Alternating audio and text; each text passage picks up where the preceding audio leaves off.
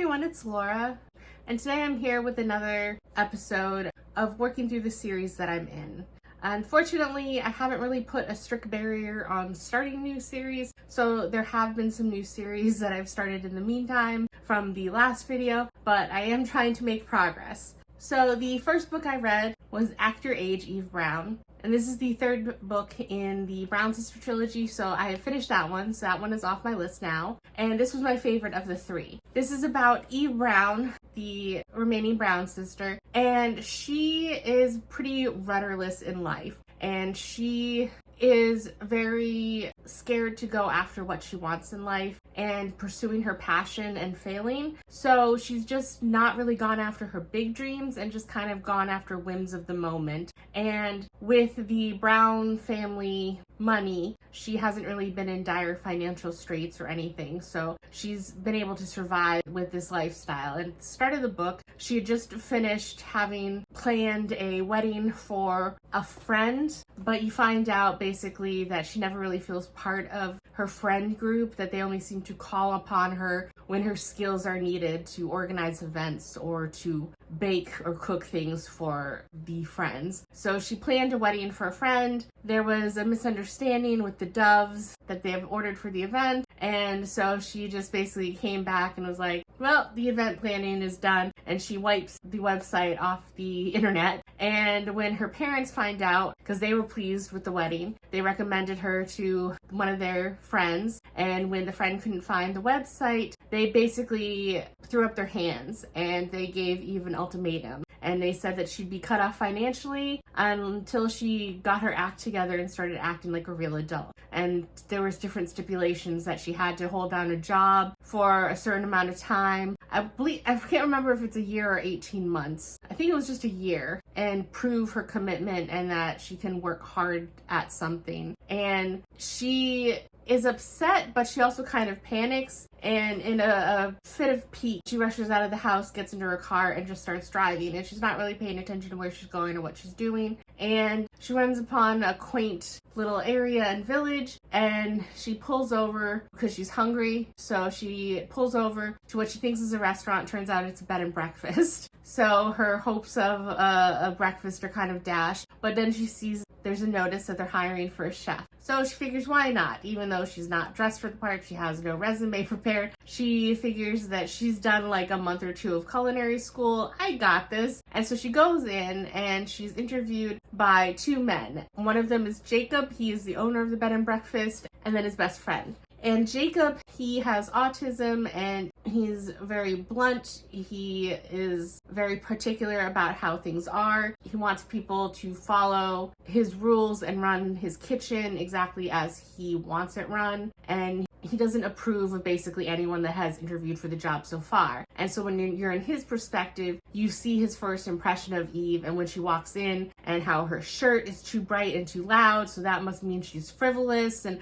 all these assumptions that he's making of her and her character. So he immediately basically dismisses her, and his friend is trying to get him to give her a trial period at least, and he is adamant that no. But then his friend basically wins him over with logic. But by then, Eve has already attempted to leave and gone outside to get in her car, but his friend is like, listen, there's reasons you need a chef sooner rather than later. What harm could it do to give her a trial period? And Jacob is finally like, fine, I guess I understand. She is surprisingly adept at the role, and so she is surprised by how much she enjoys working in this bed and breakfast and the responsibility that she has there. And so once he realizes that she's not the walking disaster that he incorrectly assumed she would be, and they grow closer, romance blossoms between them. And I really liked the romance. And as someone who has been rudderless in life before, seeing Eve's journey and being scared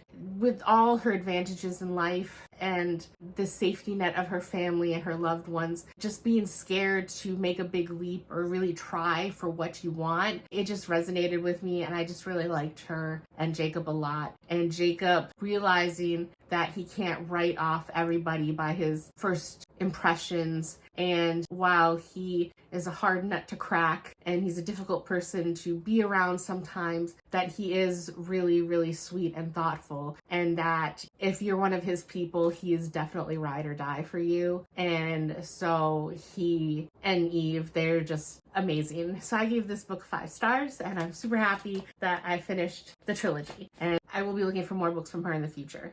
Then I read the second book in the Caraval series, Legendary, and this is a book this time that the first book followed Scarlet in Caraval, and this time it follows her sister Tella. And Tella I really disliked a lot in the first book, and she was the younger of the 2 sisters, and while they both love each other, Scarlet was more of the protective older sister, but who was very cautious and wanted to have a plan for everything. She wanted to protect her sister and get them out from under their abusive father, but she wanted to have basically all her ducks in a row and have everything planned out. Tella is more of a flamboyant, I know better than you, impulsive, fly by the seat of your pants type of girl. And she annoyed me a lot in the first book. And in this book, I was curious to see if her character would be redeemed at all to me. And I have to say, I liked the book more despite Tella than because of Tella. I'm not really won over by her. This book, it's after the events of the first book where they're on the island that Caraval owns, and they're still with all of the entertainers, the employees of Caraval, and they have been tasked. They're going to go to this empire and hold Caraval for the Empress for a big celebration.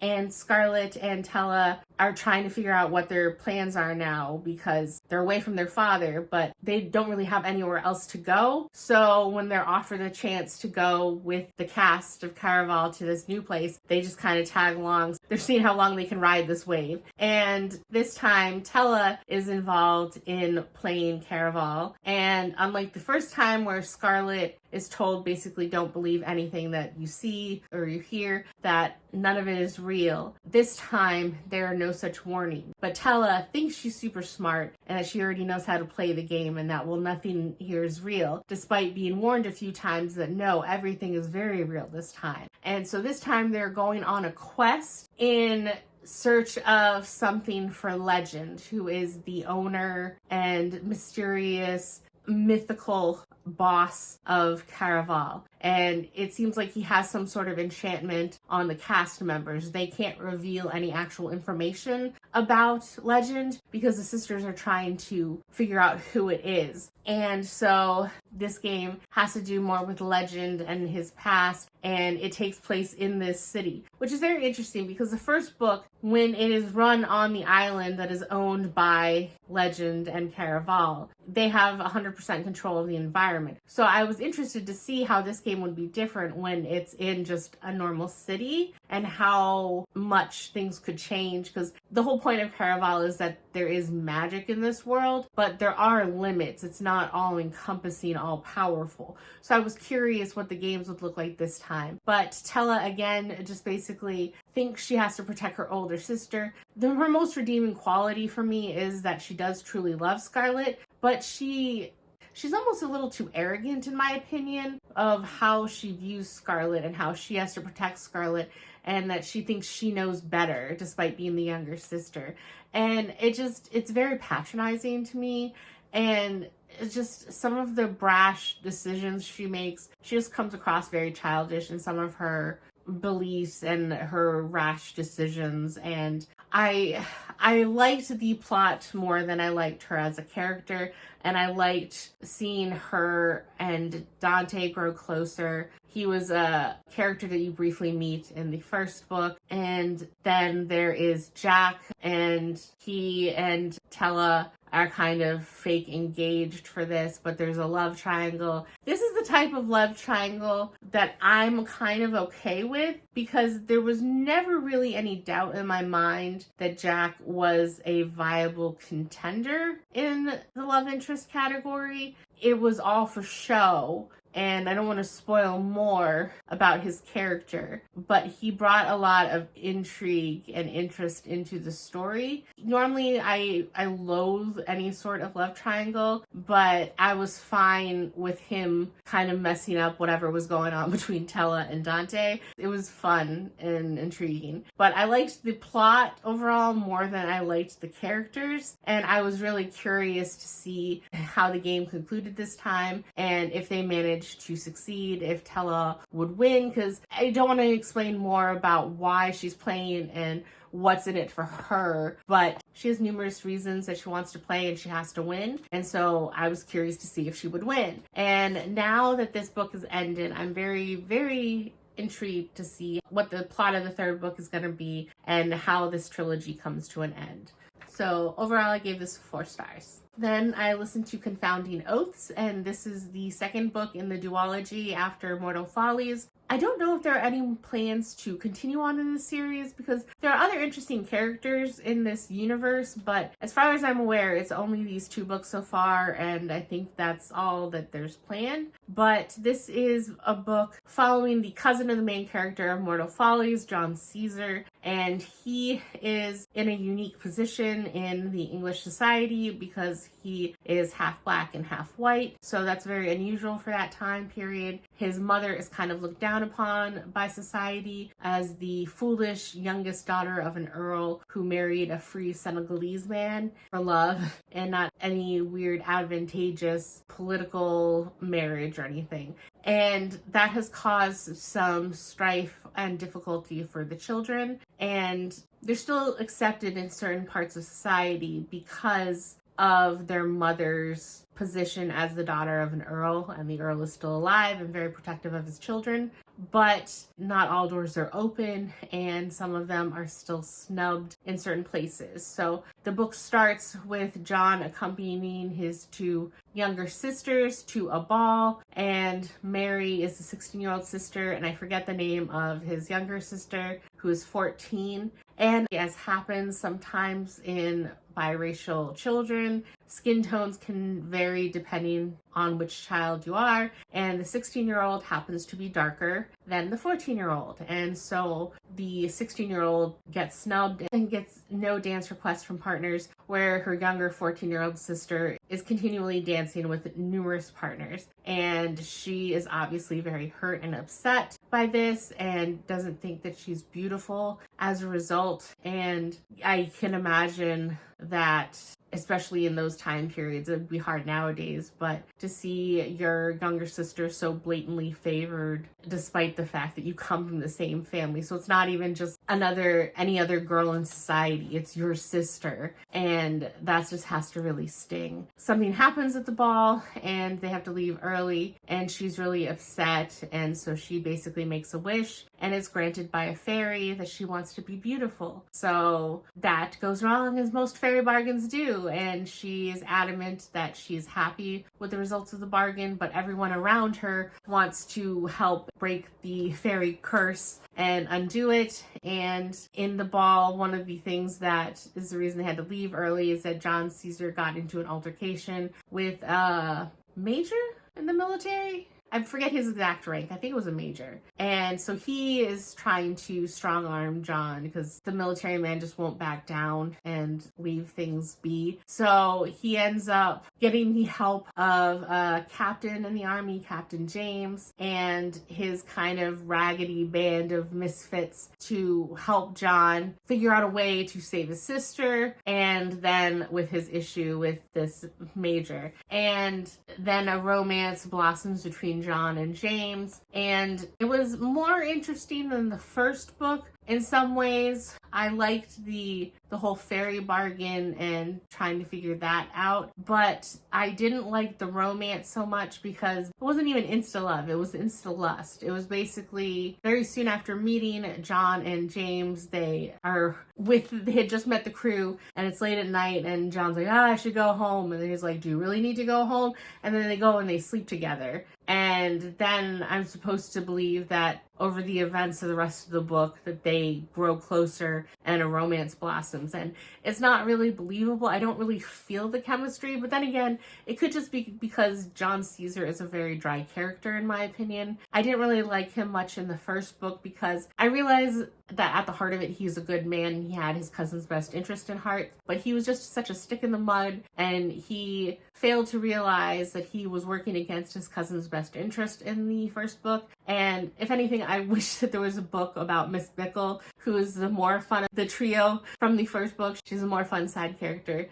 and she's very Luna Lovegood coded and has flights of fancy and fantastical ideas, and I love her. Instead of John Caesar, who is very rigid and set in his ways in so many different ways. And I didn't really, in my opinion of him, didn't really improve being in his mind in this book at all. And then the more we get with his youngest sister, she annoyed me to no end, because the more she spoke, the more she reminded me of Lydia from Pride and Prejudice. And she was just very arrogant, that when the bargain went through and her sister started getting more attention from men than she did, she was all pouty and upset and making snide comments against her sister, not realizing the danger her sister was in, and that she's 14. She has plenty of time to catch the eye of an eligible man, and that this is, I'm sure, her first season out. It's not do or die at this point. She's not an old spinster. And just her attitude was so petulant, and I just wanted someone to come in and verbally smack her down. And it was like that for the majority of the book. And it was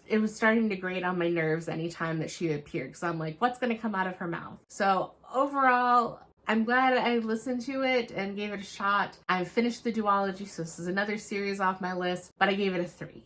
And then the last book of this video is The Right Move, which is the first book I read in July. And this is the second book in the Windy City series. And this is about Ryan and Indy. And so in the first book, Stevie was the flight attendant and the female love interest, and Ryan is her twin brother. Indy was a co-worker and best friend to Stevie. And for reasons of something that happened in the first book, Indy is trying to find a new place to live on a flight attendant salary, and they get paid well working as a private flight attendant for the NHL team, but not raking in enough dough where it's very easy to find a suitable place to live in Chicago. So Stevie kind of strong arms Ryan into letting Indy move in with him into Stevie's old room, and Ryan is kind of adamant against this, but Stevie is basically his favorite person, and since she loves Indy so much and Indy's parents have moved away to Florida,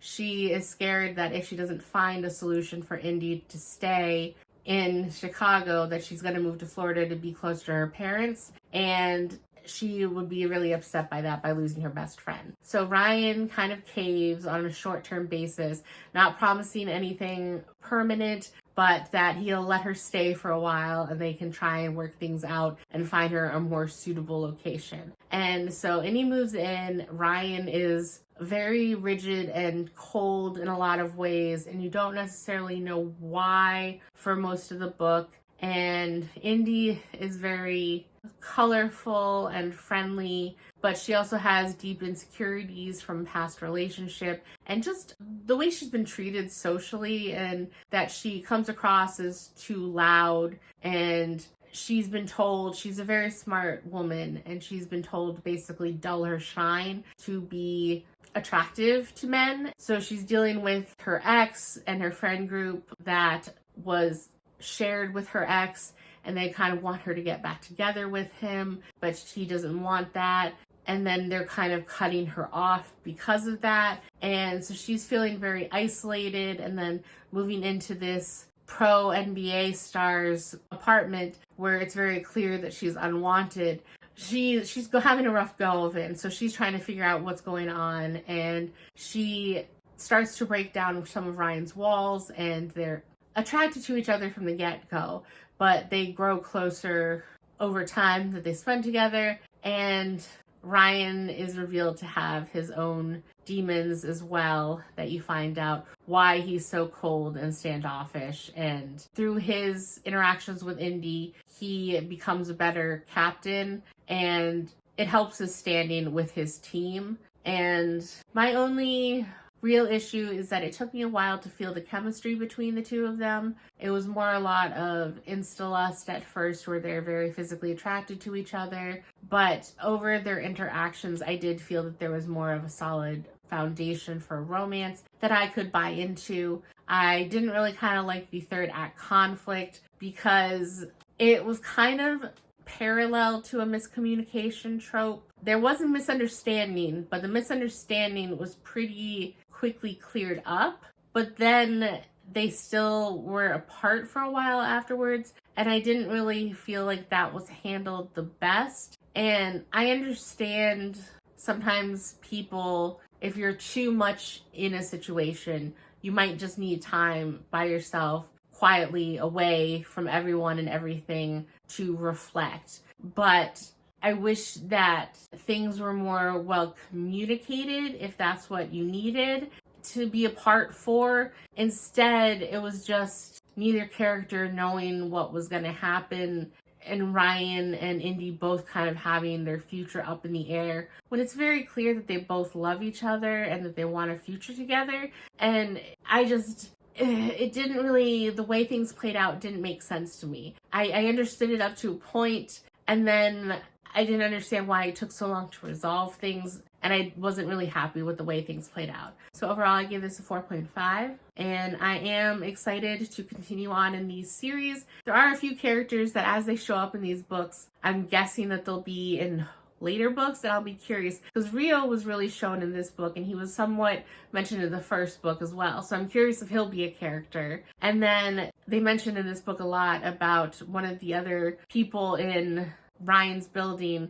He's a single father and he's a baseball star, and so I'm guessing he might be a future character. And then I'm curious if Dom, he's another player on Ryan's NBA team, because he's kind of a womanizer, if he might be kind of a reformed womanizer in a book. I could be wrong, and none of these people could be in the future books. I haven't looked yet, but it seems like whenever certain characters come up and are highlighted a little too much, I'm like, are you setting something up for a future book? I see what you might be doing here. So overall, I'm happy with this, and that's the last book of this video. So I forgot to write down the current stats. I will insert them here now, but this is the total number of series that I'm currently in the middle of as of the filming of this video, the beginning of July. This is the amount that I am up to date with, and this is the amount that I'm in the middle of. So unfortunately, I think since the first episode of this series, I have started a bunch of new series, so I might have made some backwards progress. But the fact that I managed to finish at least 2 series in this video, and I managed to knock off 2 books from my physical TBR, I'll take it as a win overall. So I think that's it for this video, and I will see you in the next one. Bye.